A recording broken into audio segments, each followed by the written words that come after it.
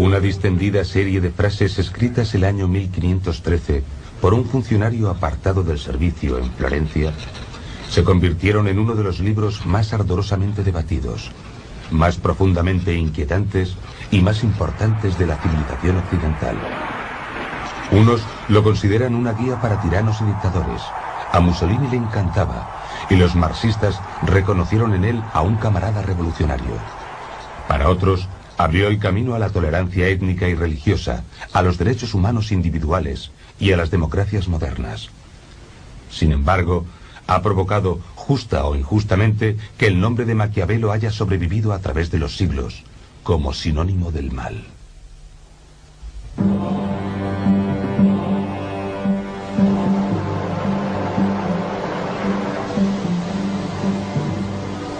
Comparo la fortuna con uno de esos ríos impetuosos que cuando se enfurecen inundan llanuras y destrozan árboles y edificios a su paso.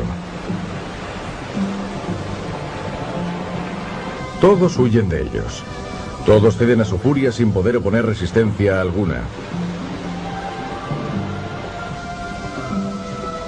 Y aunque esta sea su naturaleza, nada impide que en tiempos de bonanza se puedan tomar precauciones, con diques o con márgenes, para que en crecidas posteriores puedan ser controlados y no resulten peligrosos. Lo mismo sucede con la fortuna.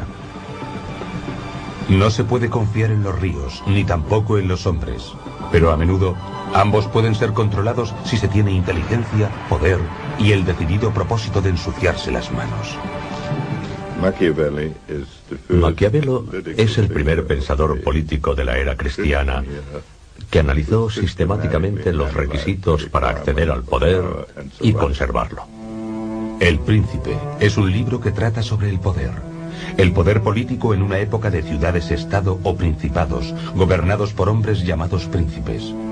Consta de 26 capítulos cortos en los que se aborda desde la organización del gobierno hasta cómo seleccionar a los colaboradores.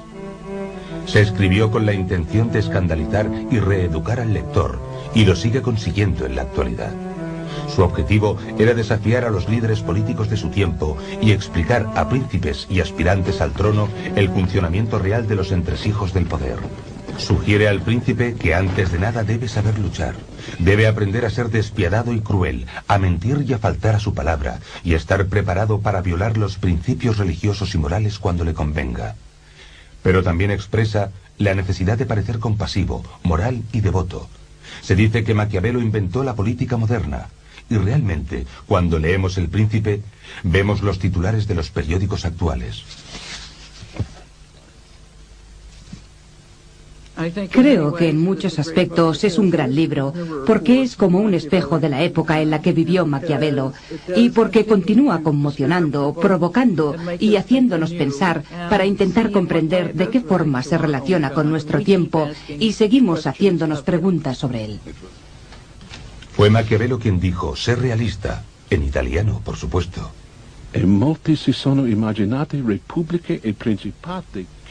Muchos han imaginado repúblicas y principados que nadie ha visto jamás.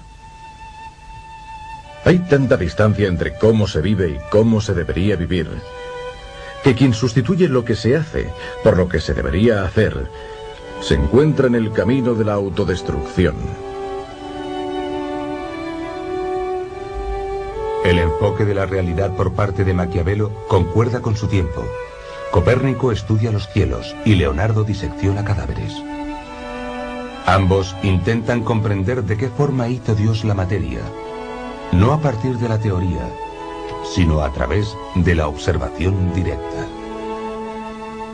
Del mismo modo que a Leonardo le interesaba el estudio minucioso del mundo natural, en cierto sentido a Maquiavelo le interesaba el estudio minucioso del mundo de la política y de la historia. Pero las disecciones y las autopsias nunca son agradables. Uno de los descubrimientos más terribles que se atribuyen a Maquiavelo es la idea de que el fin justifica los medios. Sin embargo, él no lo expuso exactamente así. Los actos de los hombres, especialmente los de los príncipes, que no se pueden recurrir en ningún tribunal de apelación, se deben juzgar por sus resultados. Para Maquiavelo es evidente que el fin es lo que cuenta. Lo menciona en diferentes ocasiones, y a nosotros nos parece un razonamiento malvado. Hay situaciones en las que cuanto más se amenaza la supervivencia, más pequeño es el margen de elección. A no ser que prefieras ver tu sociedad destruida a perseguir objetivos marginales.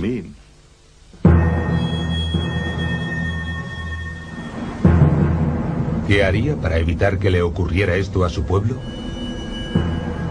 ¿Qué dejaría de hacer? ¿Sería capaz de mentir? ¿Violaría tratados? ¿Asesinaría a gente? ¿Dónde trazaría la línea?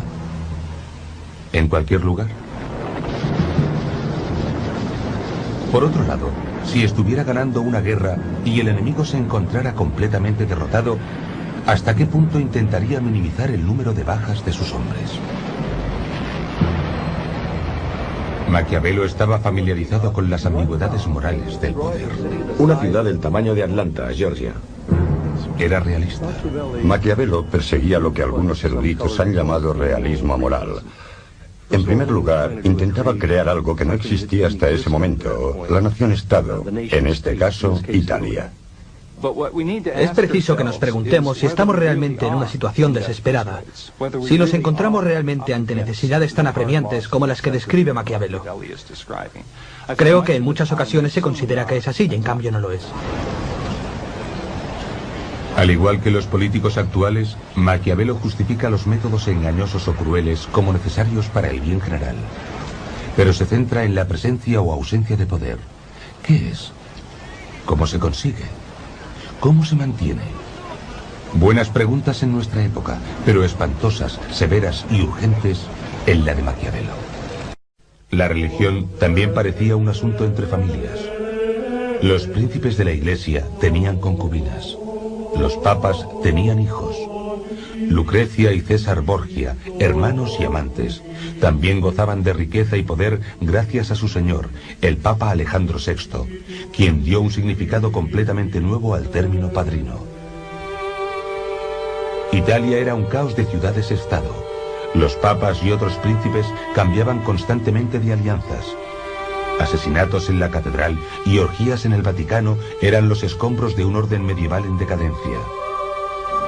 Este es el mundo en el que vivió Nicolás Maquiavelo. La separación entre Iglesia y Estado se convirtió en uno de los temas principales de su obra.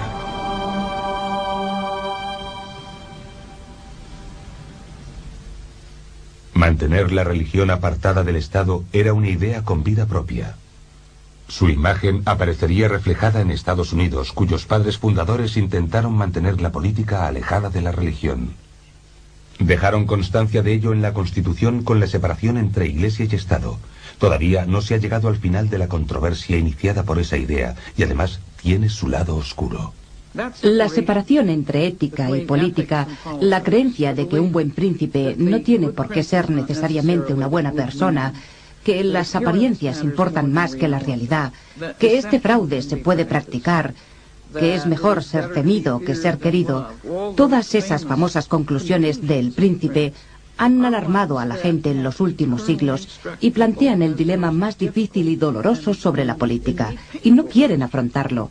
Se niegan a creer que alguien fuera capaz de pensar todas esas cosas. ¿El hombre que pensó todas esas cosas era cristiano, pagano o ateo? Maquiavelo era, digamos, un cristiano de domingos. No rebatía los dogmas esenciales de la fe católica. Simplemente los dejó a un lado cuando se propuso pensar y opinar sobre la política. Si el príncipe descrito por Maquiavelo parece tener muchas carencias morales, el precio que paga es claramente excesivo. Debe amar a su patria más que a su alma. Debe estar preparado para ir al infierno por ella. Matar a un hombre es siempre matar a un hombre. Y un príncipe tiene que estar preparado para hacerlo. Debe estar preparado para ir al infierno si es preciso. Tener el poder, ser gobernante, ser un príncipe es intrínsecamente un trabajo dramático, sin redención y sin justificación. A Maquiavelo le parecía posible vivir con puntos de vista contradictorios y, por tanto, no se veía a sí mismo, tal como fue enseguida considerado, como un anticristiano ni nada parecido. Algunos piensan que debería enseñar a los hombres la forma de llegar al cielo, pero preferiría mostrarles el camino del infierno para que aprendieran a evitarlo.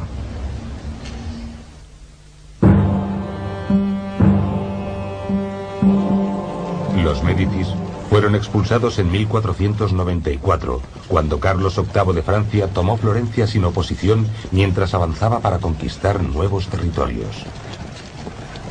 Nicolás Maquiavelo tenía 27 años. La ciudad, una república solo de nombre, se convirtió en una república de hecho. Su primer líder fue un monje intransigente, puritano pero muy popular, llamado Savonarola, que denunció la corrupción de la Iglesia. Su nombre está ligado a dos de las hogueras más notables de la historia. En la primera, Savonarola quemó libros y obras de arte. En la segunda, la Iglesia lo quemó a él. El lugar, delante del Palacio Comunal, todavía está marcado en la actualidad. Unas semanas más tarde, Nicolás comenzó a trabajar para el gobierno republicano de Piero Soderini. Maquiavelo trabajó para el comité que se encargaba de la defensa y de los asuntos exteriores. Su tarea era cuidar de las necesidades del ejército y también realizó diversas misiones especiales a cortes extranjeras. Entonces estuvo viajando por toda Italia y conoció a muchos grandes señores y gobernantes, como César Borgia. Borgia es una leyenda de su tiempo por su carácter cruel y depravado. En una ocasión invitó a sus enemigos para negociar la paz y los mató a todos. Esta fue la principal impresión que se formó de Borgia. Su sangre fría y su capacidad para utilizar la violencia, digamos, crudeltà bene usata, que se llevaba a cabo por un objetivo político muy concreto. No era solo para hacer una demostración de poder, sino de un modo mucho más funcional.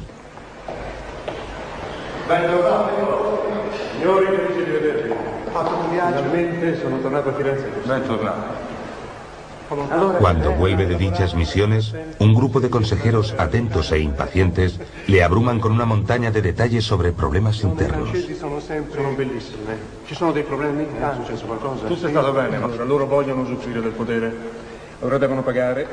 Pero Nicolás tiene cosas más importantes en que pensar. Es un visionario, un patriota italiano convencido de que solo un líder singular y poderoso puede unificar Italia. Y sabe que la independencia requerirá un ejército formado por ciudadanos. Maquiavelo pensaba que los ejércitos de mercenarios que caracterizaban el sistema militar de la Italia renacentista, y de hecho el de buena parte de Europa, eran una terrible equivocación. Los romanos habían tenido milicias civiles y cada estado debía utilizar a sus propios ciudadanos. Solo de esta manera se podía conseguir que los civiles expresaran su compromiso y su genio en defensa de su Estado. Y eso daría muy buenos resultados por lo que respecta a las leyes internas, a las instituciones y también al carácter peculiar de la nación en su conjunto. Maquiavelo vende la idea y en una guerra contra sus vecinos de Pisa, sus soldados civiles se comportan de una forma aceptable. Pero en 1512 se enfrentan a las tropas españolas, mucho más preparadas, en una ciudad llamada Prato. Los mercenarios españoles provocan el pánico en las filas de los milicianos de Maquiavelo y a continuación se desencadena una matanza. Como consecuencia de la derrota, los Médicis volvieron para acabar con la República de Soderini y con la carrera política de Maquiavelo. Según Nicolás, el irreflexivo Soderini podía haber aplastado a los Médicis a su retorno si hubiera sido lo suficientemente despiadado. Para gobernar es preciso tener algo más que proyectos políticos. Con el fin de mantener el poder, un príncipe se ve a menudo obligado a actuar en contra de la buena fe, la caridad, el buen sentido o la religión. Si es posible, no debe desviarse de lo que es correcto, pero si es necesario, debe hacer el mal. El concepto de necesidad, que podía justificar un comportamiento que no era precisamente virtuoso o moral, había sido aceptado, sin embargo, por casi todos los pensadores antiguos. Los críticos de Lincoln en su época pensaban que era un dictador, pensaban que era un tirano, pensaban que no era un demócrata, pensaban que, a pesar de su encanto de hombre rústico y pueblerino, era un egocéntrico que gobernaba en la mayoría de las ocasiones de manera anticonstitucional. En el caso, por ejemplo, de la suspensión del habeas corpus, probablemente fue así. Y este es quizás un magnífico ejemplo del liderazgo de una democracia según Maquiavelo. También hay física en la política. Y tarde o temprano, cada líder descubre por sí mismo las leyes de la relatividad y la incertidumbre, también conocidas como la ley de las consecuencias involuntarias. Si se considera todo como es debido, se encontrará alguna cosa que parecerá virtud, pero que si se sigue traerá consigo la ruina. Y alguna otra que parecerá vicio, pero que si se sigue, procurará seguridad y bienestar.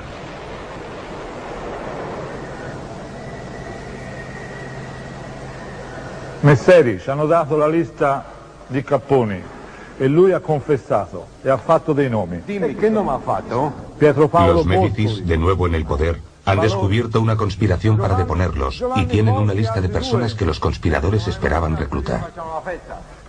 El séptimo nombre de esa lista es Nicolás Maquiavelo. Los traidores nunca llegaron hasta Maquiavelo, no importa. Es sospechoso y los Médicis no necesitan otra excusa para encarcelarle.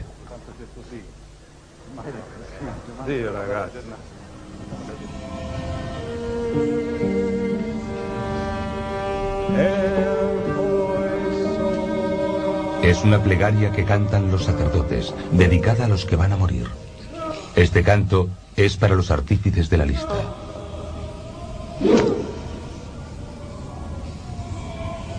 Aquí la cárcel tiene dos funciones, interrogar y ejecutar. El interrogatorio significa tortura, es legal y muy ingenioso. A Nicolás le espera el estrapato, que consistía en atar las manos del prisionero a la espalda, alzarle por las muñecas y dejarle caer parcialmente. Si se le dejaba caer demasiado, se saldrían los hombros de las articulaciones. Obviamente la caída de Nicolás no es tan dura, pero es tortura al fin y al cabo, y aprende a hacer buen uso del dolor. La bondad del amor es algo que el hombre olvida cuando puede sacar un beneficio de ello.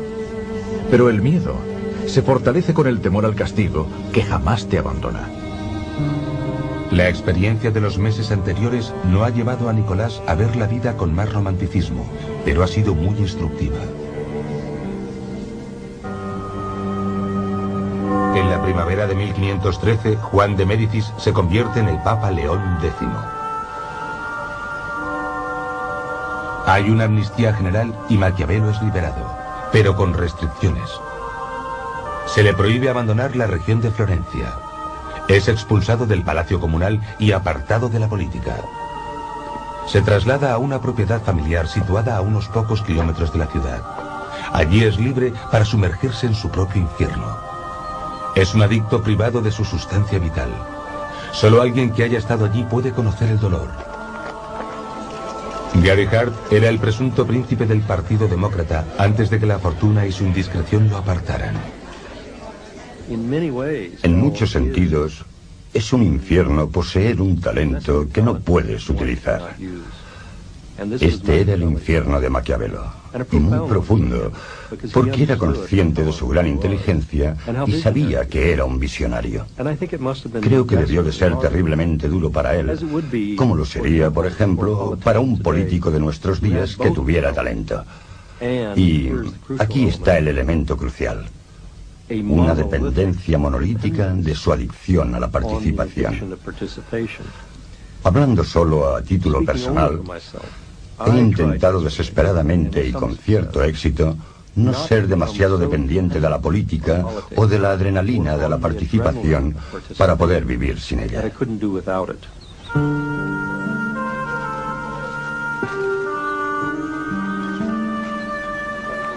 En una carta dirigida a un amigo suyo, Nicolás describe los recónditos confines de su vida actual. Supervisa el trabajo en su propiedad y mata el tiempo con los lugareños en la posada. Con ellos me hundo en la vulgaridad durante todo el día jugando a las cartas. Estas partidas provocan numerosas disputas con incontables insultos. Y a menudo nos peleamos por un centavo. Metido en estas trifulcas, evito que mi cerebro se enmohezca. En el aspecto personal, Maquiavelo parece muy humano. Es compasivo, ingenioso y mal hablado, a veces incluso obsceno. Está casado, pero se siente atraído por otras mujeres y ellas hacia él. Maquiavelo era un gran tipo. Era simpático, afable y leal a sus amigos. Le encantaba salir a tomar unas copas. Le gustaban las mujeres. Le apasionaba una buena conversación. En resumen, era un tipo corriente y jovial. Bueno, corriente tal vez no sea el mejor calificativo, pero es mejor cualquier cosa antes que maquiavélico. Era bien parecido y también un hombre con mucho talento. Escribió la mejor comedia de nuestra literatura, La Mandrágora, en 1518. Bueno, es una comedia con un trasfondo muy amargo e incluso sombrío, pero es una obra muy divertida, maravillosa. Al atardecer, regreso a mi casa y voy a mi estudio. Antes de entrar, me quito la ropa cubierta de barro y polvo y me pongo prendas finas y elegantes. Vestido apropiadamente, entro en las antiguas cortes de los antiguos hombres, donde, recibido por ellos con afecto, me alimento con ese manjar que me pertenece y por el que vine al mundo.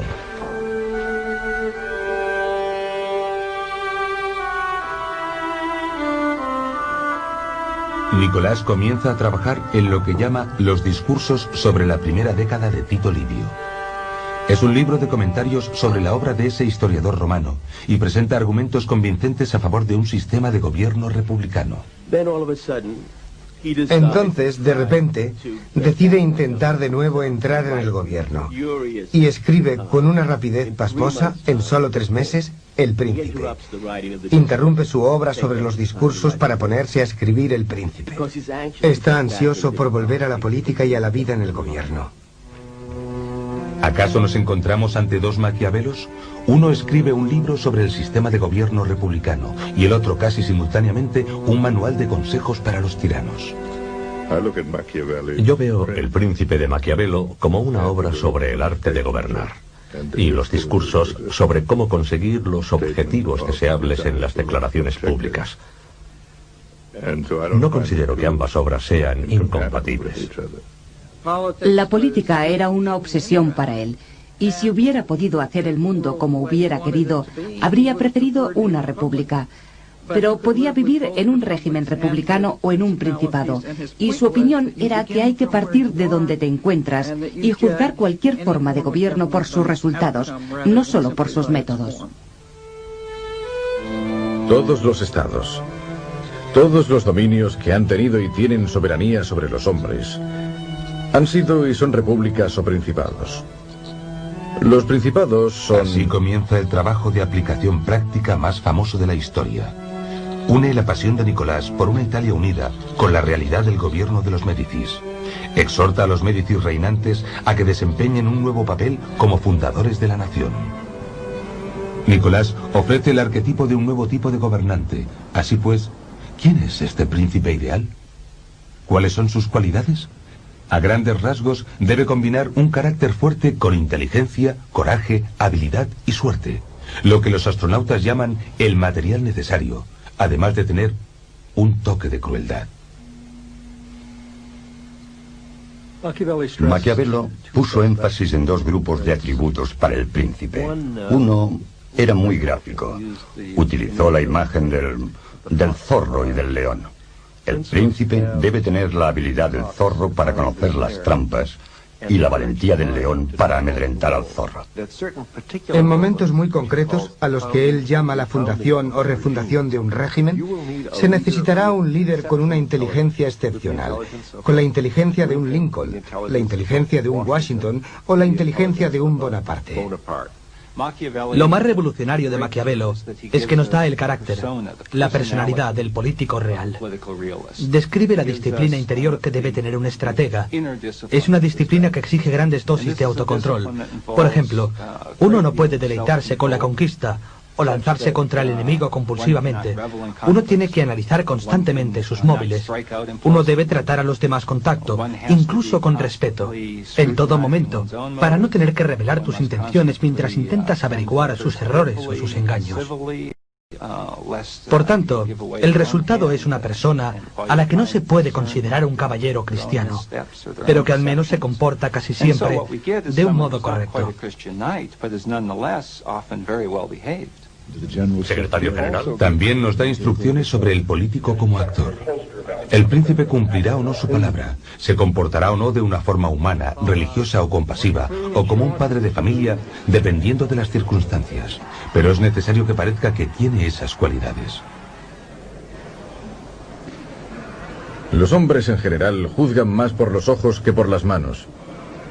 A todos nos es dado ver, pero tocar es algo reservado a unos pocos. Todos ven lo que parece ser, pero pocos sienten lo que realmente eres. Así, en un sentido más amplio, el príncipe está representando un papel, que es que parezca ser lo que él sabe que no tiene por qué ser en realidad.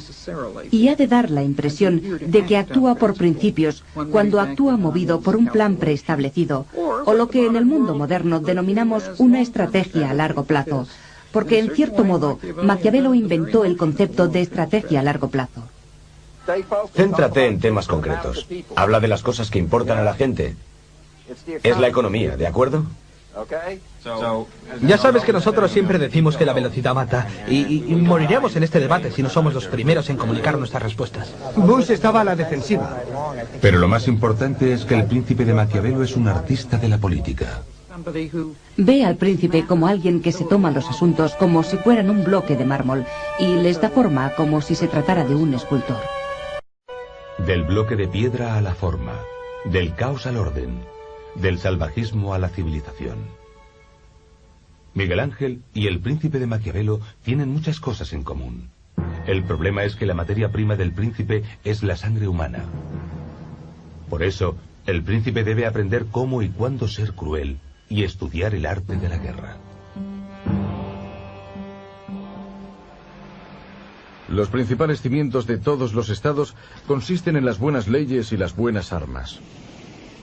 Dado que no puede haber buenas leyes donde hay buenas armas, y que donde hay buenas armas siempre hay buenas leyes, dejaré a un lado la consideración de las leyes y hablaré de las armas. Esta frase es uno de los rompecabezas más maravillosos de la obra de Maquiavelo. Se necesitan buenas armas. Buenas armas son las de un ejército de ciudadanos, no las de un ejército de mercenarios. ¿Cómo se consigue que los ciudadanos sirvan en el ejército? Tienen que pensar que la sociedad persigue sus mismos intereses personales. Así pues, es preciso tener una república para poder formar un ejército de ciudadanos. Se necesitan buenas leyes para tener una república. Está condenado a perder el poder si se encuentra desarmado, porque junto a otros males que le acarrea, le hace más digno de desprecio, lo cual constituye uno de los descréditos ante los cuales un príncipe debe mantenerse resguardado. Porque entre quien está armado y quien está desarmado no hay comparación posible.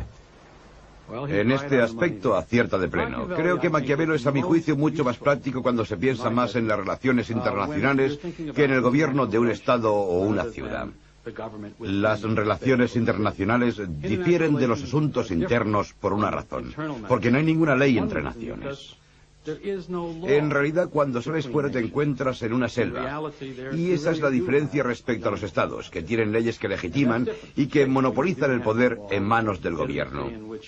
El mundo exterior no es así. Nosotros, en nuestro mundo actual, en Occidente, en Estados Unidos, odiamos que las cosas sean así. Esto hace que nos sintamos descontentos y muy incómodos, y en muchas ocasiones nos negamos a creerlo. En este sentido, Maquiavelo es más valioso porque nos recuerda que en el fondo lo esencial no ha cambiado. Estás obligado a disponer de las armas. Ningún gobierno debería imaginar que puede adoptar siempre una postura pacífica. Así son las cosas. Cuando se intenta escapar de un peligro, se cae en otro. La prudencia consiste en juzgar la naturaleza de una amenaza concreta y en aceptar el mal menor. tomar decisiones juiciosas. Eso es prudencia, como dice Maquiavelo. Y para eso precisamente elegimos el gobierno. Al final, Maquiavelo también dice que no se debería ser demasiado cauteloso, que no se debería ser demasiado prudente. Habrá que tomar medidas. Es fácil encontrar un ejemplo muy actual de esto en el caso de Bosnia, en el cual Bush, que fue, en mi opinión, el que tuvo las mejores oportunidades para afrontar el problema y resolverlo, quiso analizar la realidad desde el principio, en el sentido de que no se puede permitir este tipo de violencia, este tipo de... no encuentro la palabra que quiero, que se rompa el orden internacional y que ocurra en plena Europa. Creo que por las razones que sean, teníamos mucha más influencia sobre nuestros aliados europeos de la OTAN que la que queríamos ejercer. Y eso probablemente fue un fracaso de liderazgo por nuestra parte. Ninguna ley de la naturaleza dice que Estados Unidos tenga que verse involucrado en todas las crisis. En el momento en que tomamos la decisión definitiva, posiblemente no teníamos otra alternativa. Pero durante el proceso que seguimos para tomar esa decisión, ciertamente no aplicamos las máximas de Maquiavelo. Nunca nos preguntamos cuál es nuestro objetivo, cuáles son nuestros intereses en la zona, cuáles son las soluciones posibles, qué es lo mejor que puede ocurrir, qué es lo peor que puede ocurrir. ¿Algún presidente de Estados Unidos ha realizado alguna vez este tipo de análisis antes de involucrar a la nación en un conflicto extranjero? Creo que Roosevelt lo hizo en su fuero interno antes de entrar en la Segunda Guerra Mundial. Roosevelt tenía capacidad para hacerlo. Nixon también tenía una gran capacidad para ello. A Henry Kissinger, tanto sus admiradores como sus detractores le han llamado el Maquiavelo de Estados Unidos. Eso convertía a Richard Nixon en su príncipe. Tiene un talento especial para la política internacional. Es brillante e incisivo, pero también reservado y receloso. Nixon pudo haberse aprovechado del consejo de Maquiavelo al menos en un aspecto. Un príncipe debe procurar no temerse a sí mismo y proceder con prudencia y mesura para que la excesiva desconfianza no le vuelva insoportable.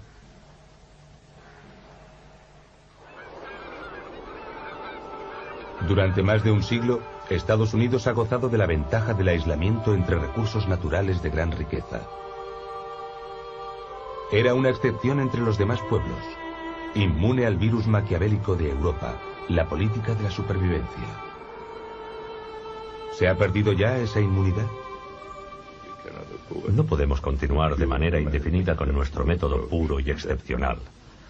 Eso no significa que todos los fines justifiquen todos los medios, pero significa que la pureza que hemos perseguido mediante algunos de nuestros académicos y en la que alguno de nuestros dirigentes ha insistido tanto, será mucho más difícil en el futuro. Hemos desestabilizado gobiernos. Hemos intentado asesinar a jefes de Estado extranjeros. Hemos hecho estas cosas y creo que, particularmente durante la etapa de Nixon, se violaron nuestros principios, nuestros ideales. Creo que todavía acusamos todos esos acontecimientos. En los 100 primeros días ofreceremos a los votantes... Aunque Maquiavelo parece ser especialmente experto en política internacional, algunos de sus consejos sobre temas internos también tienen repercusión, al menos para los conservadores de la actualidad.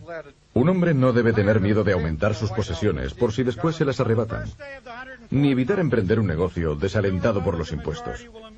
Pero por encima de todo, un príncipe debe respetar la propiedad ajena, porque los hombres olvidan antes la muerte de su padre que la pérdida de su patrimonio. Séptimo, se requieren las 3/5 partes de la Cámara para aprobar el aumento de los impuestos. Por otro lado, su príncipe ideal guarda cierta semejanza con Lenin. Mata al antiguo príncipe y a toda su familia, crea títulos y órganos nuevos y se los entrega a hombres nuevos. Debería convertir a los pobres en ricos y a los ricos en pobres, como hizo David cuando fue elegido rey. Con frecuencia los consejos de Maquiavelo parecen dirigirse en dos o más direcciones. No es pues ninguna sorpresa que haya una amalgama de interpretaciones distintas del príncipe. Tomemos por ejemplo la cuestión sobre ser temido o amado. Es más seguro ser temido que amado cuando hay que renunciar a una de las dos cosas, pero se debe evitar ser odiado. Ser temido es beneficioso. Ser odiado es contraproducente. Muchos ejecutivos estarían de acuerdo con esta afirmación. Seguir al pie de la letra los dogmas de la virtud cristiana está fuera de lugar.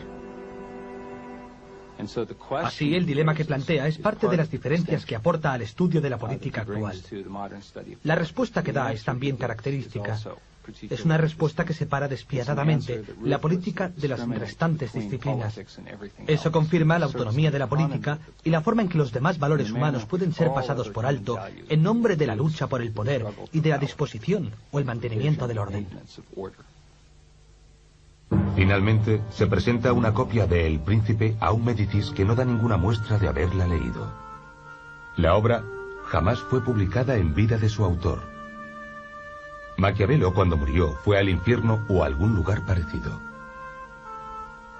La demonización de Maquiavelo comenzó poco después de su muerte y llegó en un momento en que la crisis de las religiones contendientes estaba empezando a adquirir un gran protagonismo. En la década de 1530, y ambos bandos vieron un diablo en Maquiavelo.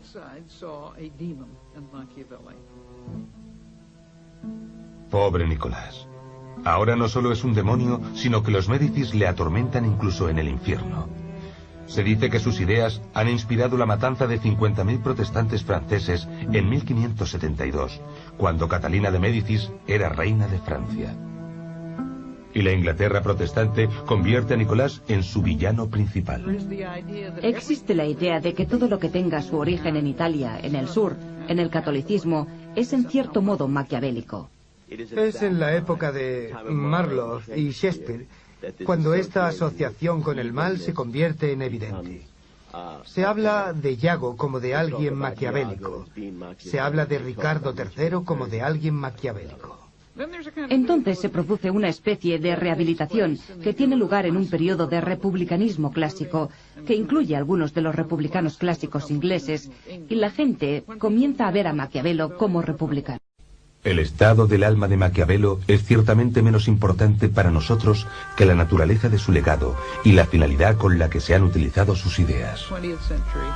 En el siglo XX se le ha considerado, por un lado, como el precursor de formas de gobierno totalitarias o autocráticas, y por otro lado, como un buen republicano y un excelente sociólogo que ayudan a comprender el funcionamiento del mundo. Washington, Napoleón, Churchill, Lenin, criaturas intelectuales del mismo padre. ¡Qué maquiavélico! La historia no puede decirnos dónde acabó el alma de Nicolás. Pero sí sabemos que creyó que había que guardar las apariencias y que sus restos mortales fueron trasladados a la iglesia de la Santa Croce, al lado de los de otros florentinos inmortales.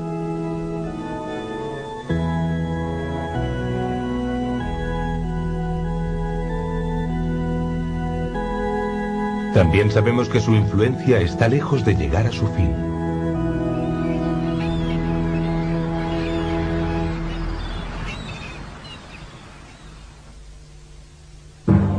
En la actualidad, Maquiavelo y El Príncipe parecen estar de moda. Por ejemplo, un columnista de la revista US News and World Report lo utilizó para criticar al presidente, y ese mismo presidente lo citó en el Washington Post para apoyar su política. Debe considerarse que no hay nada más difícil de conseguir ni nada que suponga un éxito más dudoso o más peligroso de controlar que iniciar un nuevo orden de cosas. El príncipe nuevo tiene enemigos en todos aquellos que se aprovechaban del orden antiguo. Y solo los defensores poco entusiastas... Así pues, Maquiavelo trabaja como consejero en la Casa Blanca a tiempo parcial. Eso es mucho más que una simple metáfora. Si Maquiavelo inventó la política tal como la conocemos nos ha brindado algunos Maquiavelos modernos. Salid y dad la vuelta por consejeros, estrategas, analistas políticos. Quizás no están por encima de unos cuantos trucos sucios, pero solo en aras de una victoria limpia y clara. Si Maquiavelo parece abogar por dos sistemas políticos diferentes, también pueden hacerlo ellos. Hoy en día, Nicolás goza de buena salud. Mientras su antiguo estado pone su nombre a un exquisito vino Chianti, se ha unido a Attila, rey de los hunos, y a las filas de los ejecutivos de las grandes multinacionales, y tiene intereses en unos cuantos valores del mercado. Todos siguen más o menos sus preceptos. Uno de ellos no ha entendido su mensaje en absoluto y aplica una ley de oro que podría haber salido del príncipe si Maquiavelo hubiese pensado en ella. Tal vez todo esto sea el purgatorio de Maquiavelo. El juicio sobre su legado todavía no ha terminado, e incluso sus más fervientes defensores admitirán que tuvo algunos, digamos, deslices. A veces también se equivocó al interpretar la historia. En mi opinión, escrutó la historia para buscar los ejemplos que más le convenían y que le permitieran ilustrar sus teorías en lugar de intentar descubrir primero qué ocurrió realmente. Era digámoslo así, no era un productor de historia, era un consumidor. Creo que su descripción de la naturaleza humana es tan clara que cualquiera estaría de acuerdo con el hecho de que la naturaleza humana es imperfecta.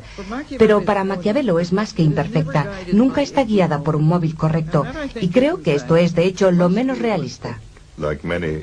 Como muchos realistas, pensó que la realidad era evidente por sí misma. Y de hecho, la realidad es lo más difícil de apreciar. Maquiavelo vivió en un momento en que nuevas ideas y nuevas tecnologías estaban cambiando para siempre las realidades del poder y las concepciones de los gobiernos, igual que todos nosotros. Y su consejo de analizar con cuidado los requisitos para conseguir el éxito sin perder el coraje necesario para actuar, hoy nos parece dolorosamente oportuno.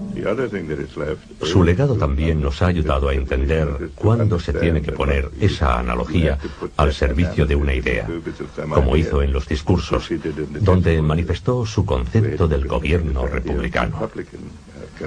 Creo que el príncipe debe cumplir esa función de contrarrestar los discursos, porque para él eran las dos caras de una misma moneda, y eso es una prueba de su perspicacia. Algunos libros son lo bastante complicados como para que puedan transmitir un mensaje distinto para cada persona en épocas diferentes, porque de alguna forma abordan un aspecto fundamental de la experiencia humana.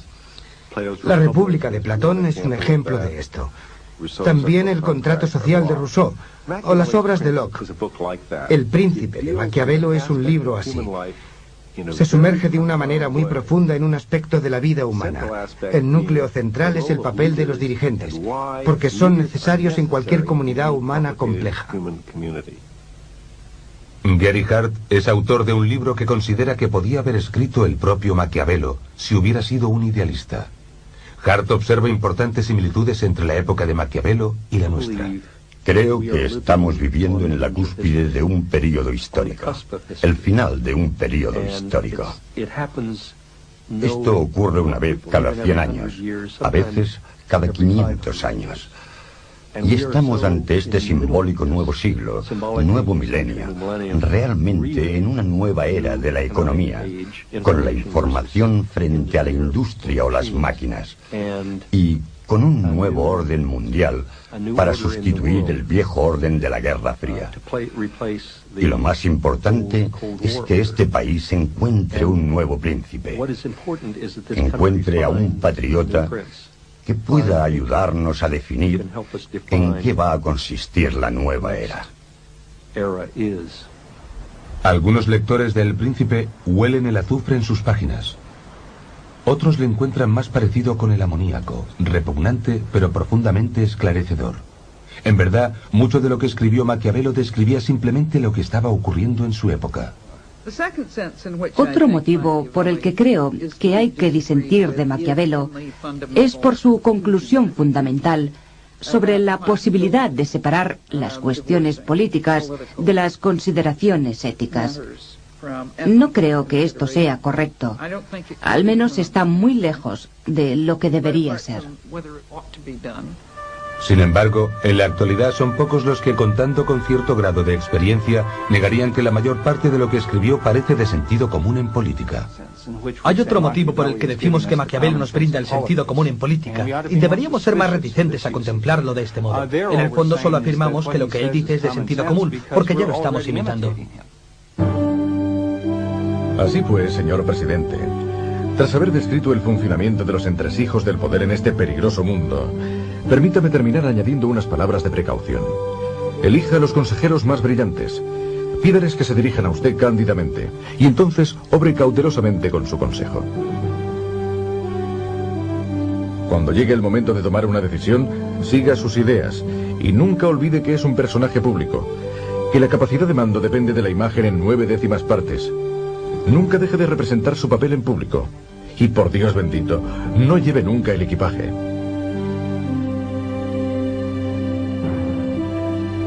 Bienvenido a la cima del Estado y buena suerte. Su humilde y respetuoso servidor, Nicolás Maquiavelo. Postdata. No busque la recompensa en el cielo.